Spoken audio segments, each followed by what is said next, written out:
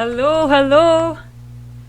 Hi, welcome everyone. Welcome to the second episode of the RFC Tuesday podcast, the weekly show on the web where we invite the best and the brightest in the financial services industry and try to learn from their success. Kuya Ryan, naka-mute ka po.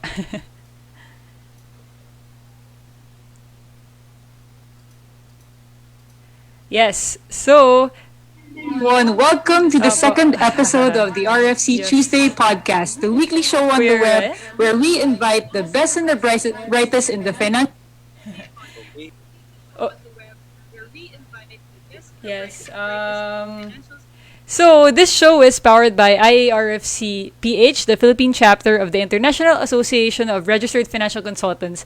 The IARFCPH, in association with, is an association that is dedicated to the craft of financial consulting, and it is also the sole organization authorized to conduct RFC conversion courses as well as continuing education in the field of financial consulting.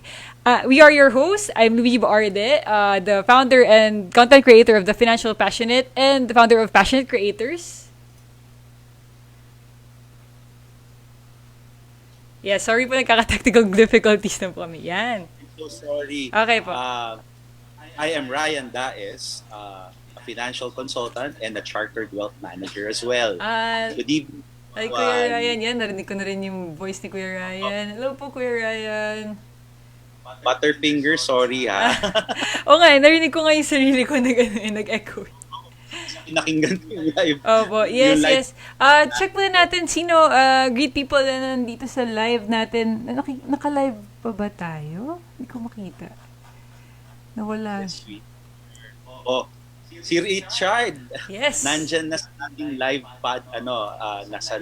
naka-live cast na siya. Yes. John is joining us Hello, through John. podcast kasi he's having a little bit of issue with his ISP. Yes. So, will help us out. John, thank you for being in the background and helping us. Yes, yes, yes. And thank you so much, everyone, for being here. I just want to ask, kamusta naman kayo, diba? How are you? Hope you guys are safe. Arami nangyari since last tayo nag-meet. So I hope, if you're okay, message nyo sa amin from where kayo, and we hope you're safe. Message na po kayo sa comment section. Apa. Please shout out where you are from and we will greet you as well. Yes, yes, definitely. Oh. Pero sabi sa akin kanina, isasama raw nila tayo sa kanilang agency meeting. Ooh. Yung group ni Miss Stella Bernabe from Manulife. Uy, wow.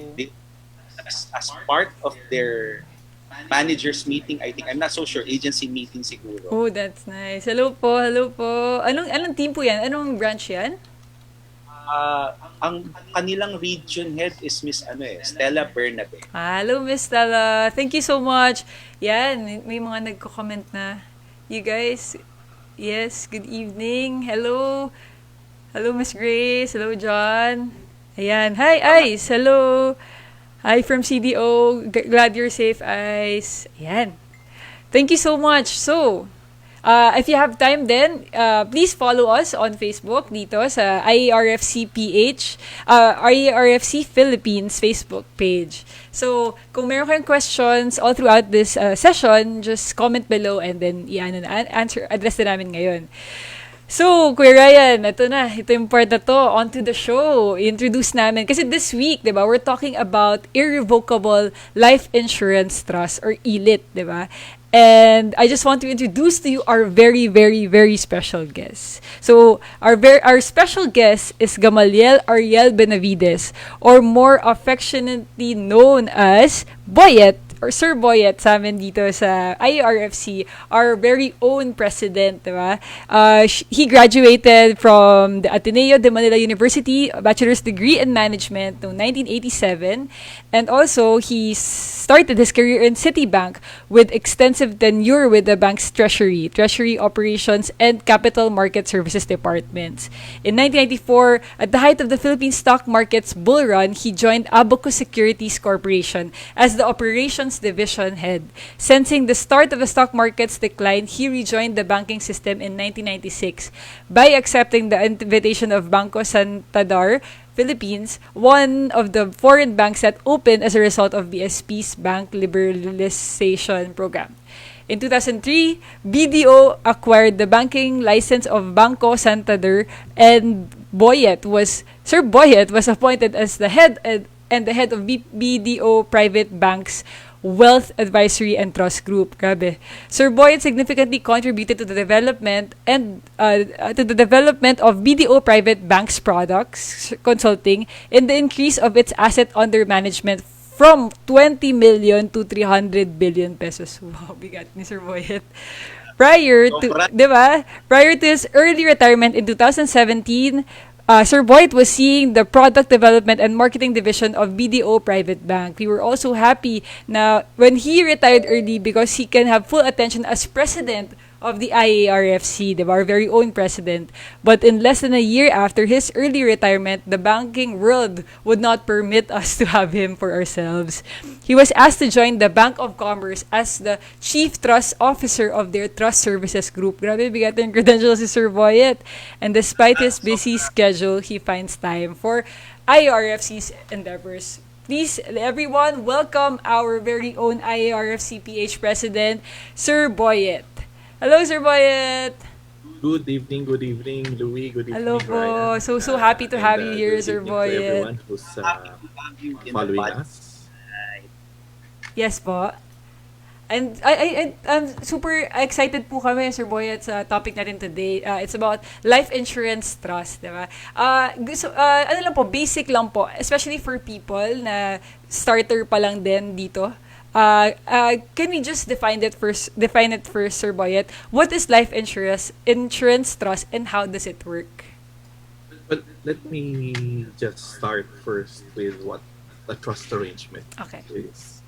It's a tri-party agreement between the settlor or the trustor, which is the client, a trustee, which can be a law firm, a bank with the trust license, or even a private individual, and the beneficiary. So what happens is the trustor transfers the trust assets to the trustee for the beneficiary. Mm-hmm. And upon the demise of the trustor, the settlor, the trustee would now have to execute whatever is indicated in the letter of wishes that has been written by the trustor. Mm. So in a sense, sabi nga ni Dr. Chu before one of our lectures in RFC, it's a loving trust. Mm. So you can transfer assets while you're living, or you can transfer assets after you pass away. So the life insurance trust is actually one of the variants of the trust. It's one of the uses of the trust. What it contains is basically insurance policies, whether it's fully paid or you're still paying for your policy. You can put it in a trust. A trust is not just for the rich. Everybody will find a use for a trust arrangement. So if you have trust policy, you have insurance policies, which probably you have at least 2, 3, or 4. First question would be, in the event that something happens to you, would your beneficiaries know where those policies are? Do they know the claims process? Do they know if those policies still have a cash value? So one way of consolidating all these policies is to put it in a life insurance trust. Mm-hmm. So you instantly build an estate. So it just contains life insurance policies. We call it a dry trust because it doesn't have money yet. So when the eventuality happens, the trustee would now dispose the cash depending on how the trustor intended it to be used. Normally, when you buy a policy, there's an intention for it. It's, say, supposed to finance the education of our children. It's supposed to be given to uh, people who took care of me. So these things can be built into the life insurance. So it extends the life of the trustor, as they say, beyond the grave and beyond the policy. Galing. So, sobrang beneficial for minors talaga yan, no, Sir Boyet. Like, especially, Yes. no? Kasi kaya yun, dun nauso yung parang yung trust fund talaga eh, na kinilalak yun until they're parang certain age. Tapos sila bahala sa conditions to unlock it, no, Sir Boyet? Yes. It's very useful for minors and persons with disabilities. Those who cannot take care of themselves. Mga Sir Boyet, yung mga individuals na special need na beneficial life insured, di ba? Yes. Because normally you get a policy to insure them, right? But they don't have the capacity to manage the finances um, on their own. So what we know is that they have a caregiver, but who will now dispense the salary of the caregiver, the payment for the medical expenses, payment for the therapy expenses. So it's a trustee who does that. So basically it funds yung gustong mangyari nung insured, di ba, sir? Yes. So ako, I can relate to it kasi I have a child who was speech delayed. Siguro kung hindi nagtuloy-tuloy yung pagiging speech delayed niya, yan, yung trust would be very important in my financial plan kasi paano yung therapy niya, paano siya magsasal, paano kung hindi siya nakapagpapalaka, di ba? So who will take care of that child? So it's very good for those families who have loved ones who have special needs. Tama ba, Sir Boy? Yes. Not just special needs, but to put it in practical use, you have children who are still minors. You don't want the proceeds of the insurance policy to just go to them lump sum, diba?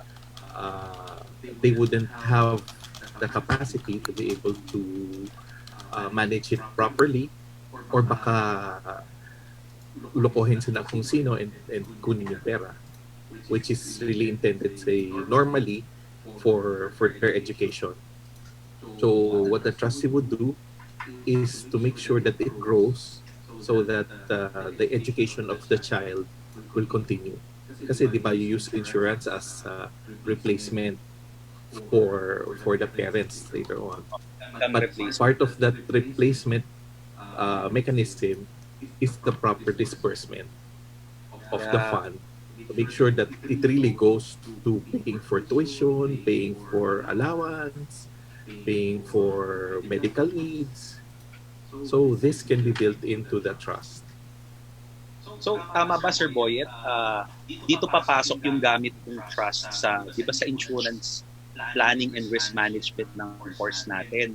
Pino-project natin na yung insurance would be used if something happens to the life insured, gagamitin ito age 25 halimbawa ng anak niya or beneficiary niya, or kung may special need na yung bata, even until the lifetime of that child, di ba? Correct, So, it puts direction on that fund. So, kesa maubos at ma-deplete siya na maaga, magamit siya for the intention that the life insured how he wants it to happen. Tama? Yes. Yes. First would be to protect the trust fund. Protect it against inflation. To make sure that the projections of the trustor or the client and the financial plan will be able to meet the requirements of the child. And second would be the proper disbursement. That's why it can be used as a very effective mechanism for preserving and distribution by the trustor. Kasi the policy itself does not provide that mechanism. It will just pay out, diba? So how do you now provide that facility for the insured or the parent to realize the original purpose of the policy? Yun, that's what the life insurance trust will do. Ako lang may question lang ako. Kasi you mentioned a while ago that a trustee can be anyone bukod sa bank. Pero Yes. what would be the advantage of having a trustee, a bank as a trustee as opposed to an individual?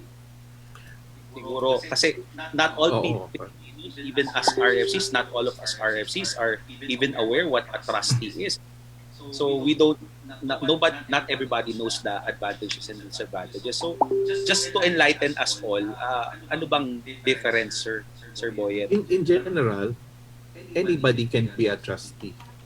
It's a person whom the settlor trusts to manage his assets. So it can be an individual, it can be an institution.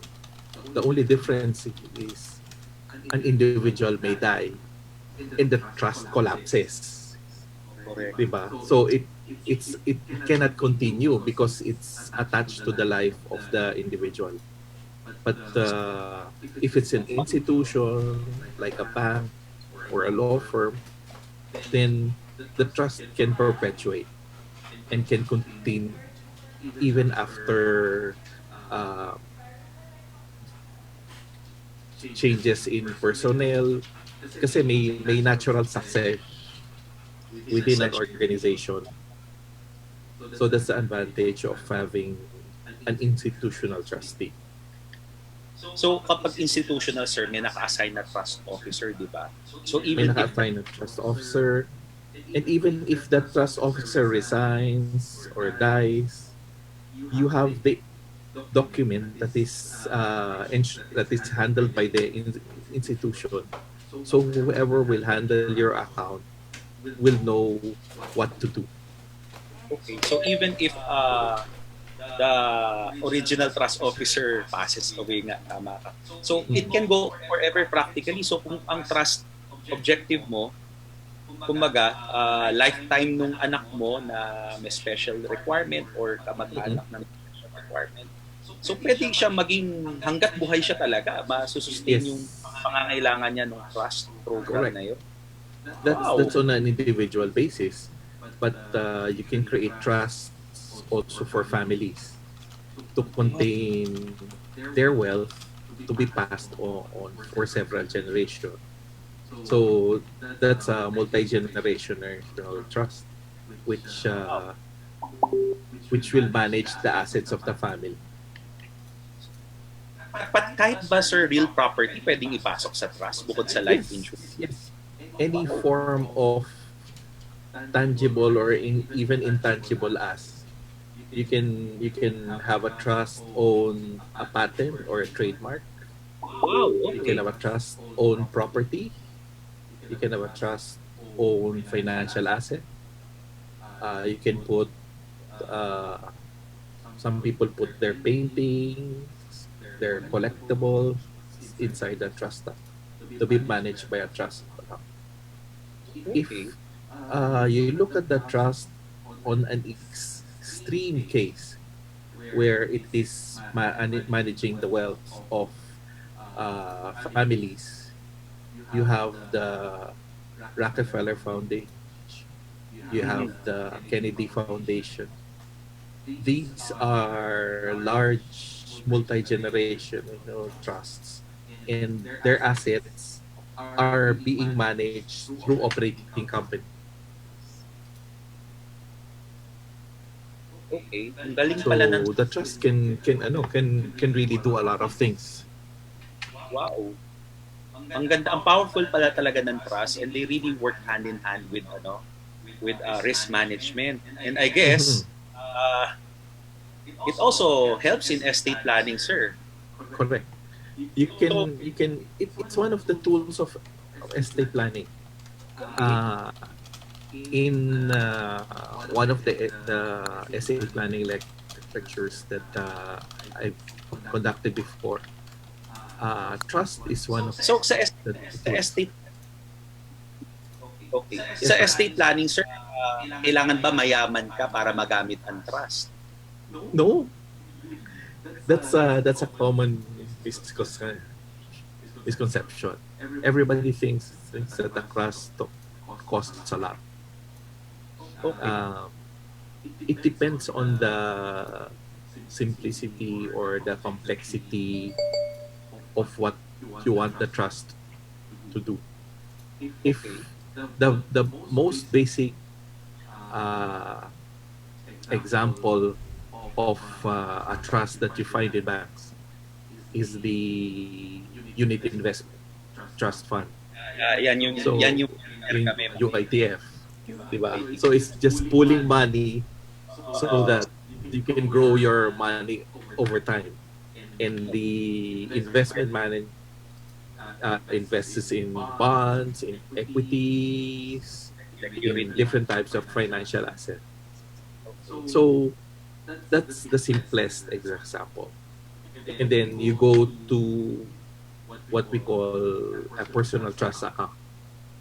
You can actually do your own selection of investments, and you can actually have the purpose of either growing it or saving up for your marriage or saving up to buy a house.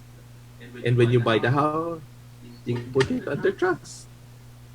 So there are a lot of practical uses, and it doesn't have to be as complicated as, say, the trust fund of Michael Jackson, the trust fund of Robin Williams. Diba? These are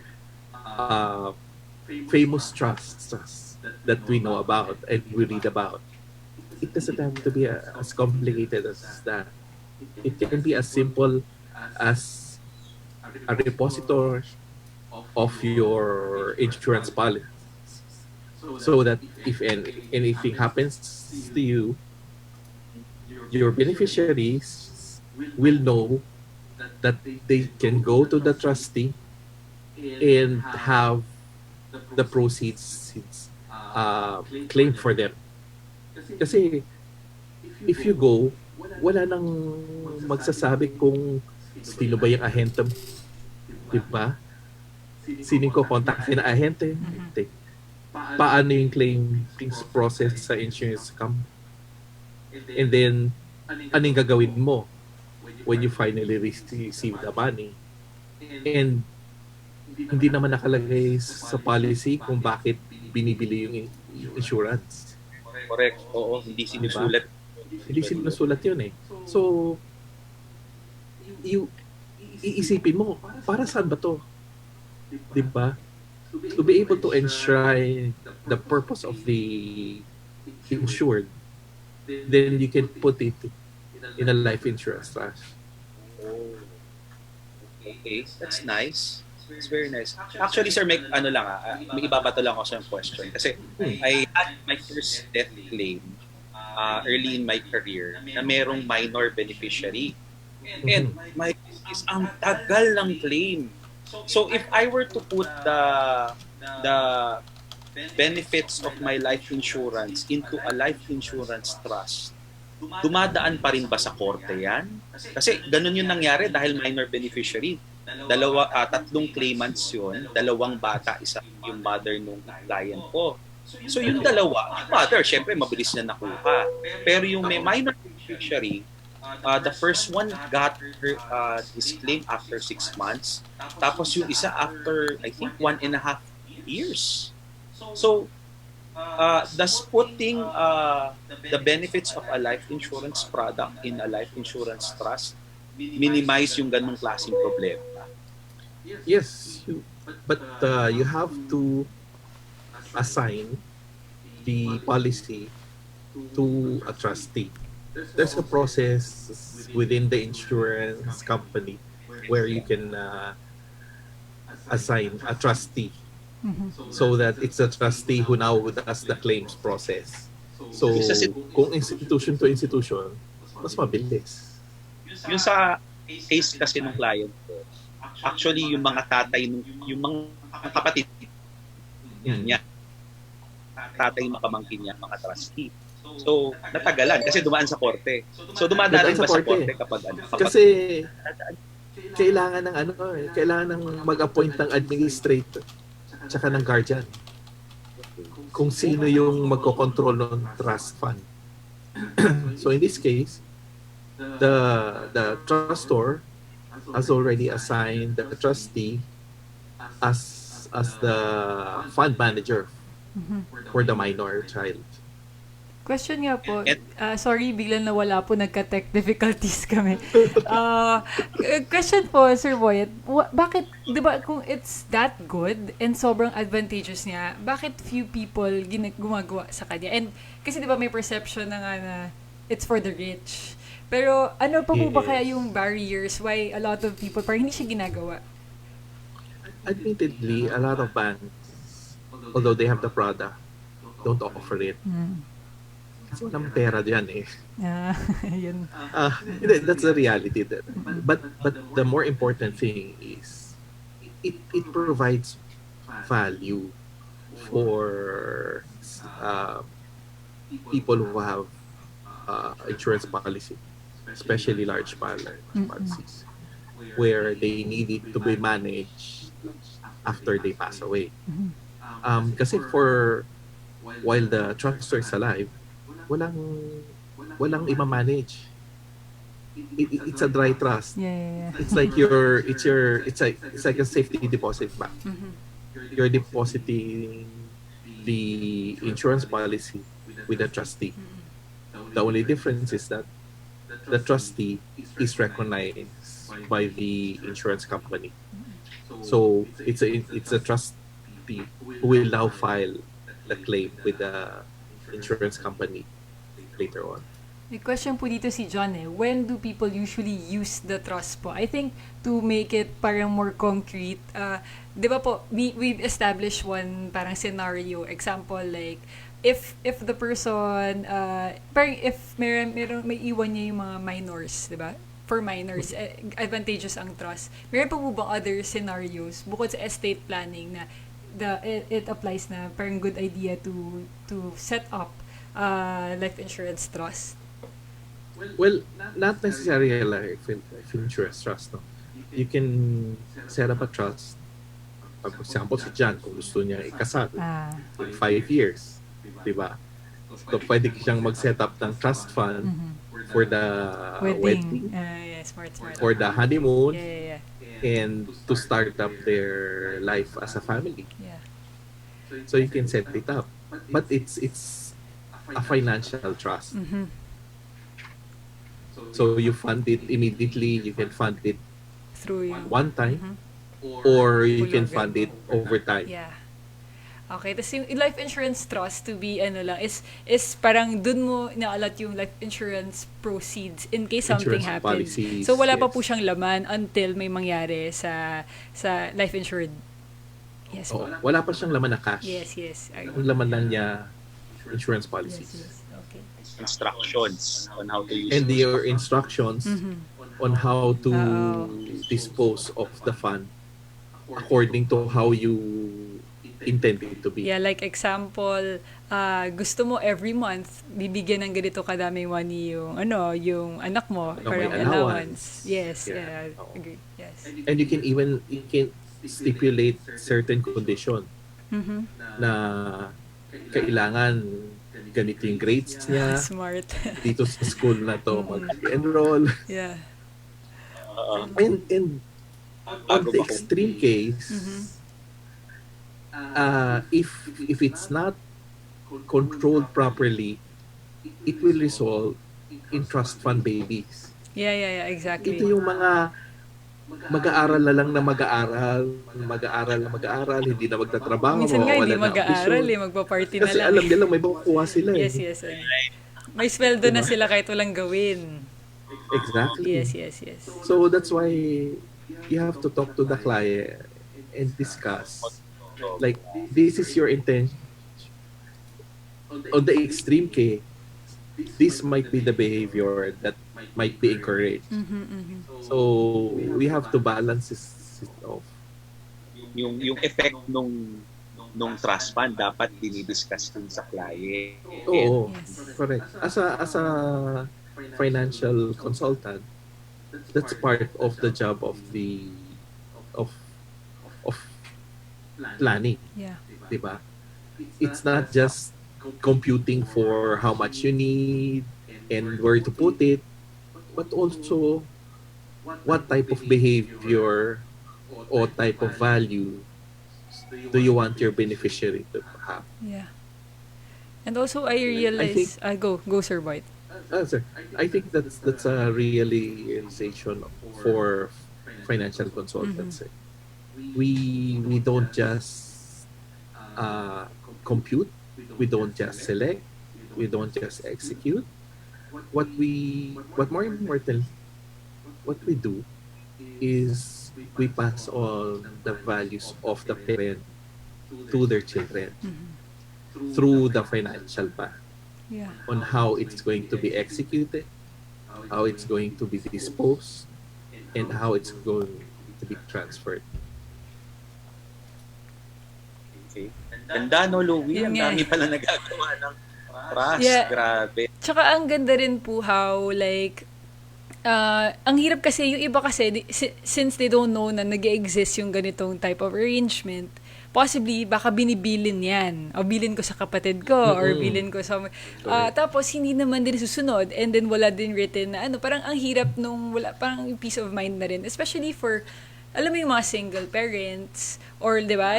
Di ba po? So, ang daming, ito talaga, parang, bukod na may life insurance ka na, sure ka pa na no matter what talaga, sa mga anak mo mapupunta. At the right way pa, with your, parang conditions met pa, di ba po? So, ang ganda nun.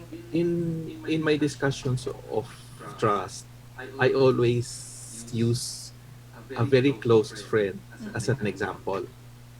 She was a trust fund based baby, and it so happened that her parents died at the same time.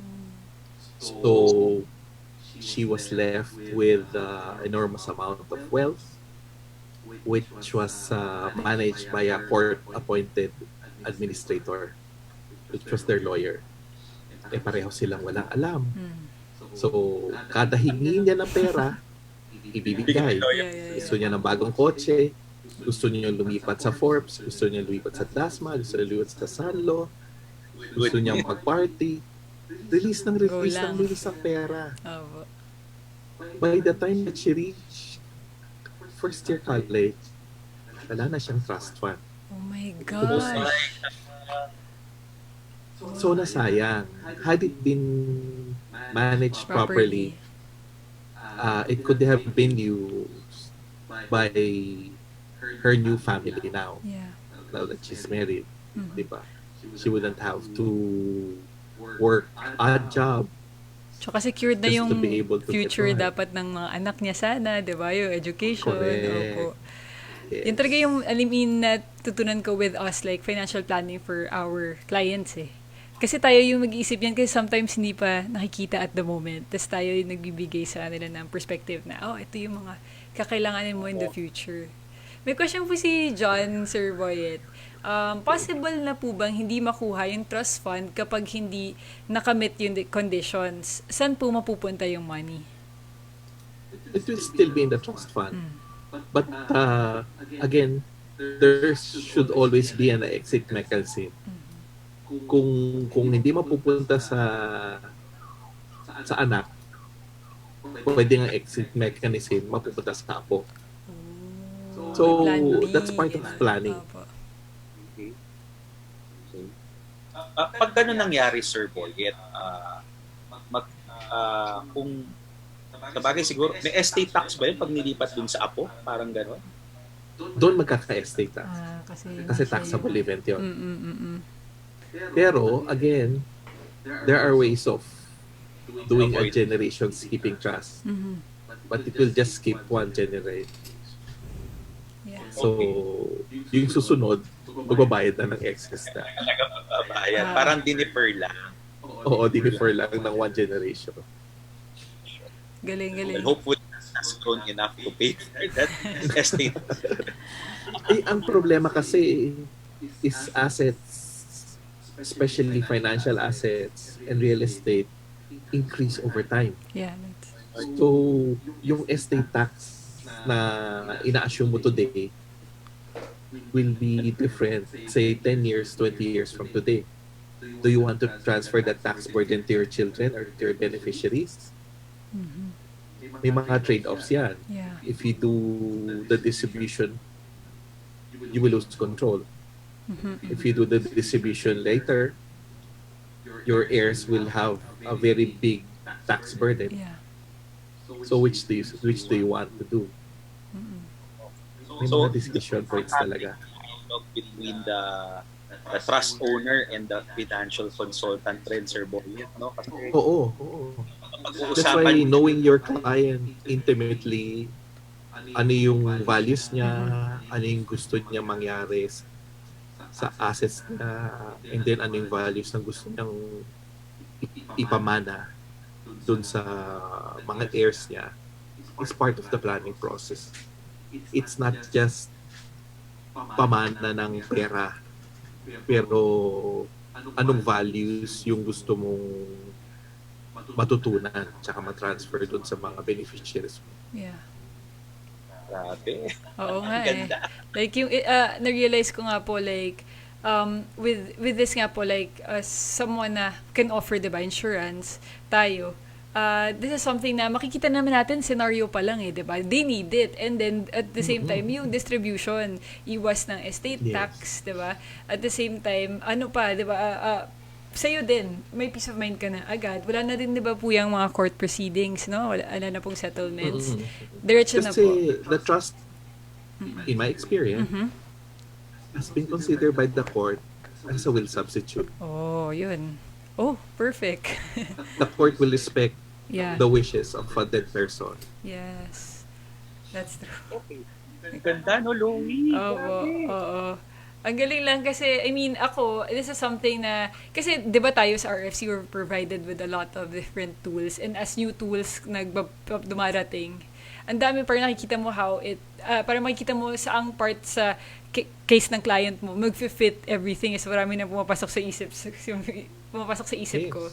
And ang dami ding tao na baka inisip nila, oh, okay naman ako, solve na ako. Pero ito pa pala will make it better for their mga apo, their children. So, ang galing, ang galing. Sabi nga ni Homer, And galing.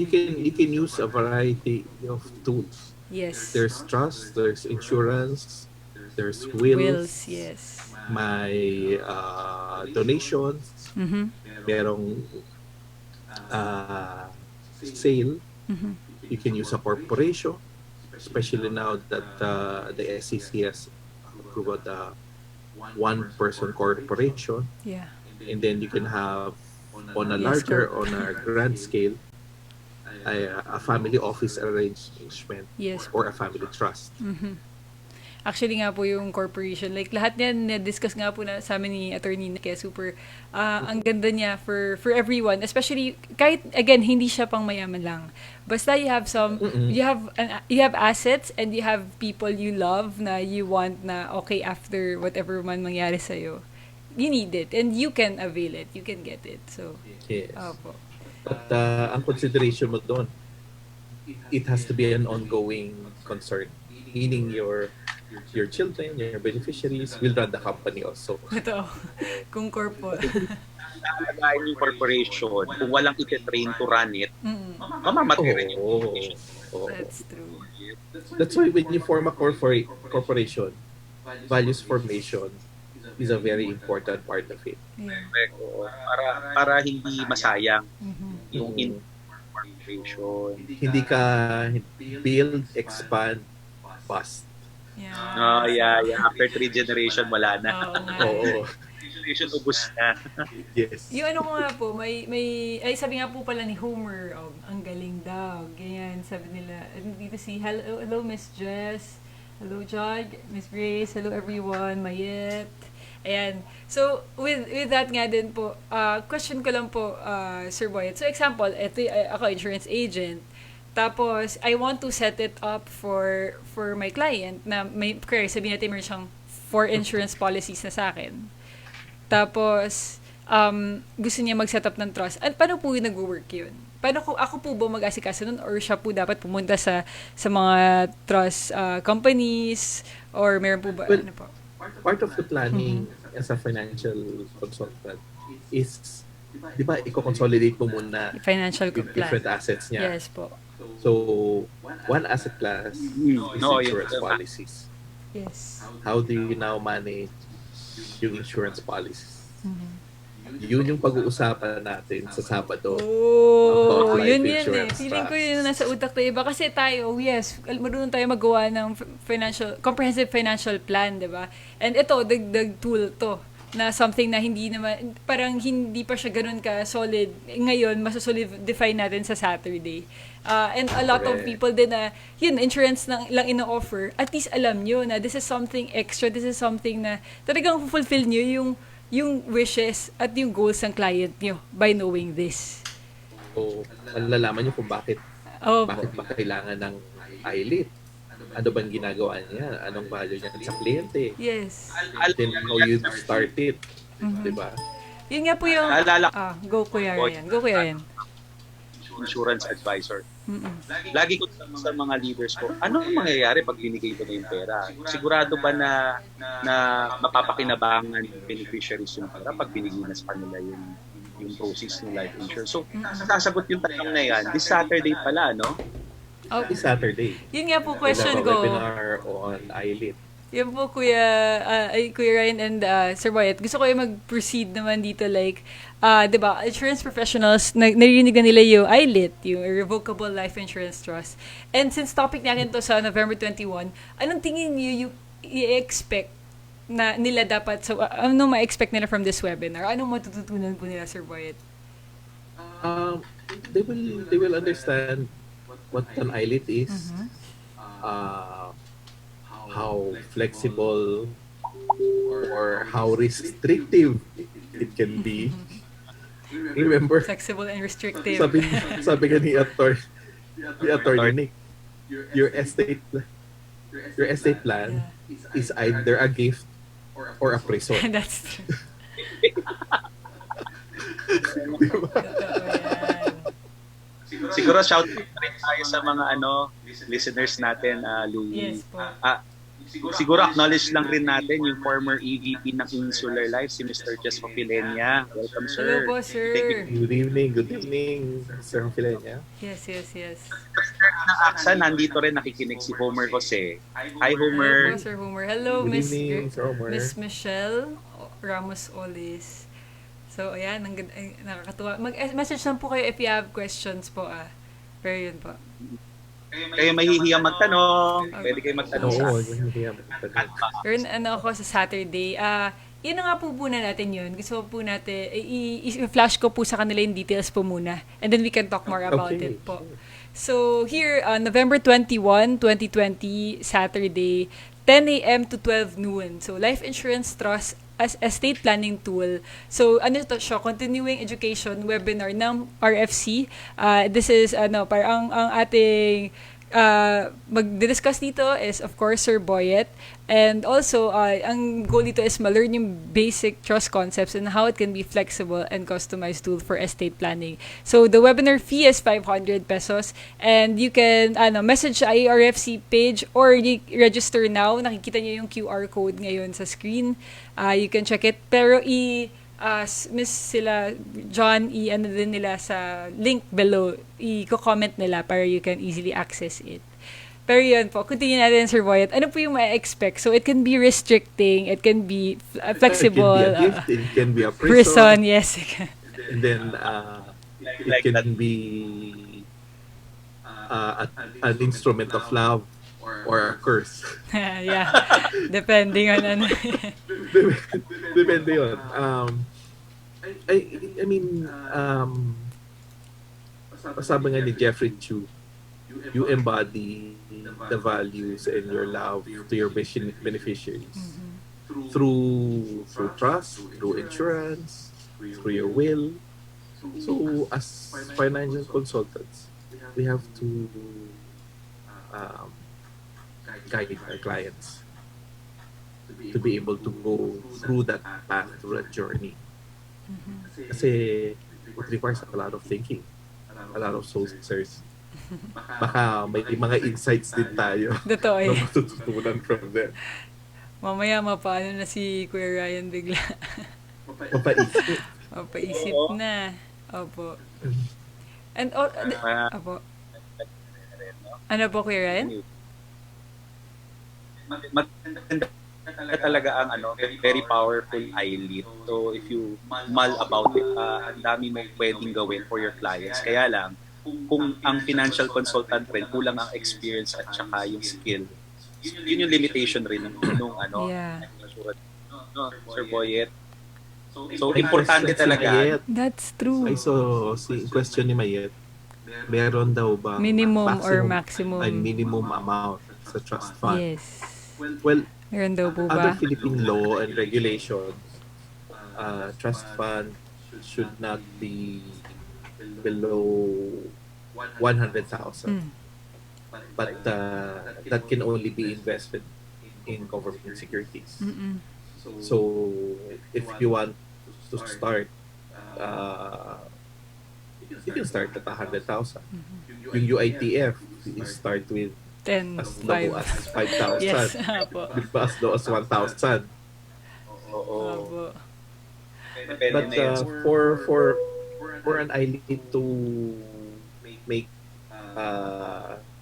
sense for a client, siguro at least a policy that's worth $1 million. Na yung death benefit, no? Po. Mm-mm. So, for ILIT. Okay. So, ang galing, no? Gusto ko yung sinabi niyo, Sir Boyd, pati ni Kuya Ryan, about usually, itong mga to, it depends sa limit nung financial advisor. Kasi, Kuya, hindi ko siya alam, tapos papunta ako, okay, ano bang gagawin ko? Gusto ko save family ko, sasabihin ko sa'yo lahat ng goals ko.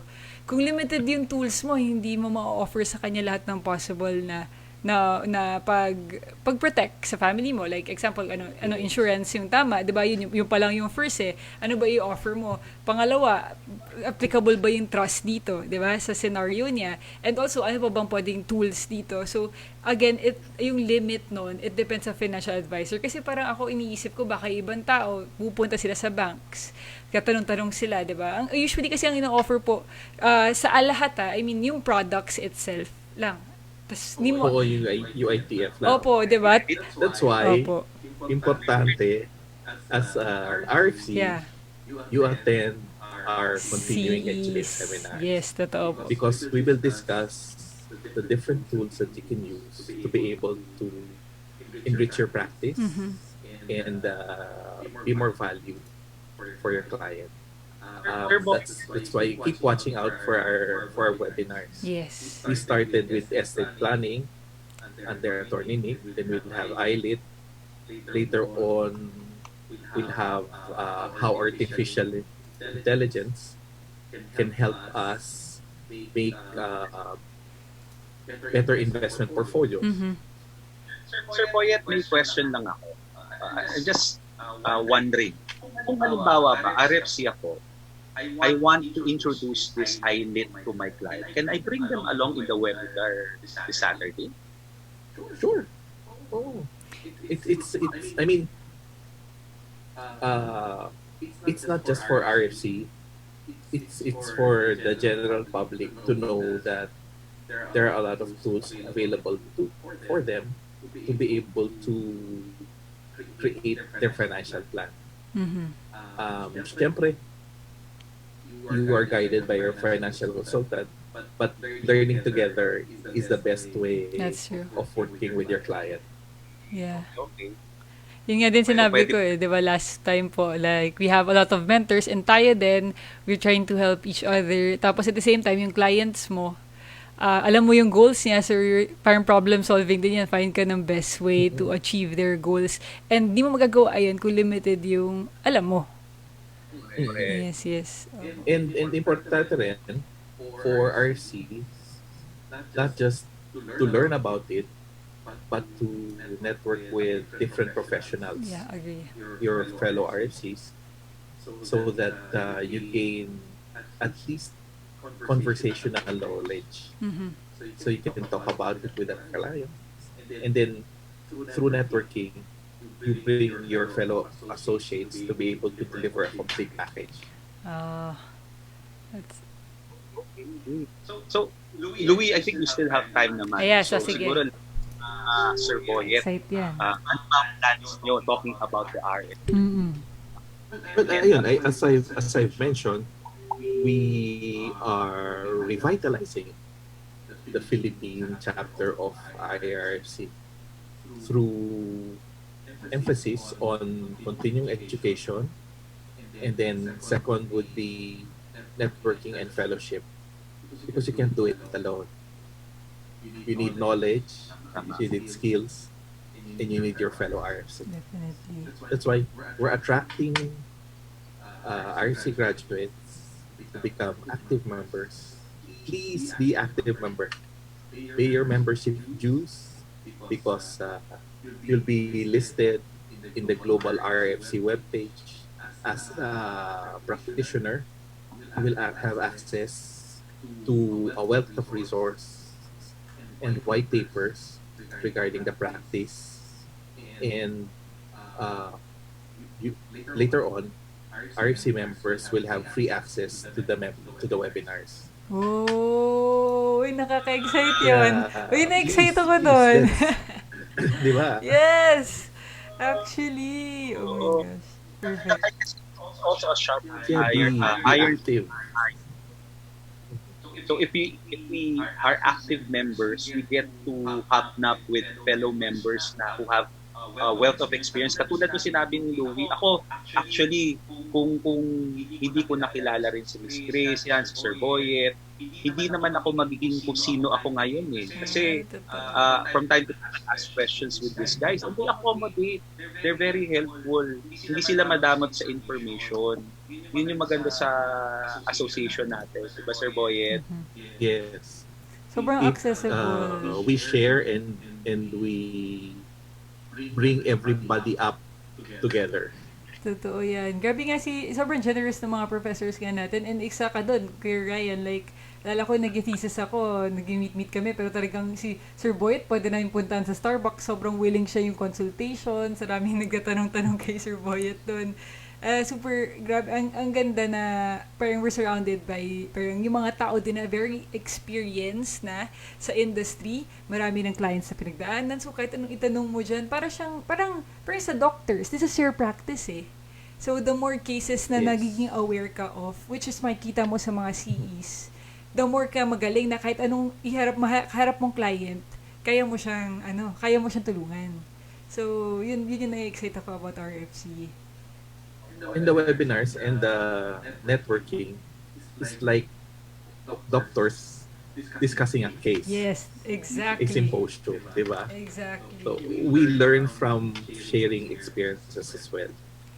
Kaya gusto ko yung sinabi nyo, Sir Boyet, na enhance your practice. It's yours eh. It's your business, di ba? So, dapat parang i-focus mo din yung ano mo sa pag-build ng knowledge base mo din sa area na yan. So, sobrang excited na tuloy ako this coming Saturday. I hope you all come. If a flash ko ulit yung event for everyone. Life Insurance Trust as a estate planning tool. Andito yung QR code. John, if you're there, paste natin yung registration andito. Thank you so much. Ako din, i-check ko. If you have questions, message kayo sa IARFC page and scan nyo yung QR to register. And also, for my fellow RFCs na watching, na tayo, let's renew na another year, di ba? Gusto ko suotin ko lang to. Proud na proud ako lagay yung name na RFC sa name ko and suotong pin na to. Like, and tayo lahat. Pride yan eh. We're all, parang inaangat natin yung RFC and ang RFC inaangat tayo. So, you have to be part of it. Huwag niyo kalimutan. So, contact niyo lang si Miss Arlene for that. Yeah. Please get in touch with us. Yes. we have to let them know. Actually, supposedly when we renew our membership, nagtaas na yung US sa Yeah, requirement. that's true. But we're still under amnesty, di ba, Sir Boyet? $100 Yes, lang. oo. 5,000 $100 lang to renew the membership for 2020-2021. This is for Take this opportunity for it's renewals. Yes. So if you are an RFC graduate, but you have not reviewed your membership, this is the time to do it. Yes. Excited Oh, to isa see you. Pa? isa rin sa mga natin yung mga inactive na members who wants to brush up on their knowledge on constructing financial plan. Meron tayong mga nakaschedule na refresher courses. Yes. And it's very affordable. So it's in one of in the event section of our page, di ba? Louis, tama. Yes po. So I-follow niyo na lang po yung page namin. you can get in touch with Miss Archie. We hold regular refresher courses kasi a lot of things are changing. If you have been following our financial forum, we're also tracking how the practice has changed, how our tools have changed. So it's good that you are an active member. Yeah. You get informed and you learn from different sectors as well. Yeah, excited to connect with our fellow RFC. Sobrang thank you. Pero grabe, magsa-7 na. Sobrang parang ang bilis. Parang ang Ang bilis, bilis, di ba? yung oras. Parang nabitin ako. Parang gusto ko pang magpagkwentuhan. Anyways, tonight we learned about yung life insurance trust, di ba? And hindi lang pala pang pangmayaman, pwede rin palang gamitin ng kuring tao yun. Yeah. Kasi Oo naman. mayaman lang siya, pero it completes the work of a life insurance or the risk management portion of our financial plan. Ganun ka-importante pala yun. And if you want to make sure that your life insurance will yung kung paano gagamitin, mangyayari. Ayan, na-discuss ni Sir Boyet, di ba? Ang galing. And then, pinakamaganda doon, pwede mo palang i-extend yung buhay ng life insured through the trust to the ILIT. Yes. Ganda nun. Para siyang letter na sinulat mo na, ito mangyayari sa buhay mo, ituloy mo even if wala na ako, di ba? So, ang ganda. Parang andyan ka pa din. Di ba? Oo. As if nakayakap sa'yo, di ba? Ang ganda niyang gift, no? Ang ganda po niyang gift. Christmas gift. Yeah, it's a gift, Totoo di ba? po, It's either a yes. gift Opo. or a prison. Amazing.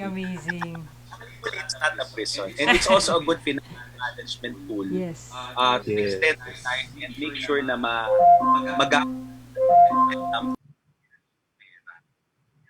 Hindi lang siya a gift, it's building your legacy. Diba? Ano yung ipamamana mo sa mga mahal mo sa buhay? Okay, so I'm really very excited for this Saturday. I hope everybody's also excited. So don't forget to register. The QR code has been posted.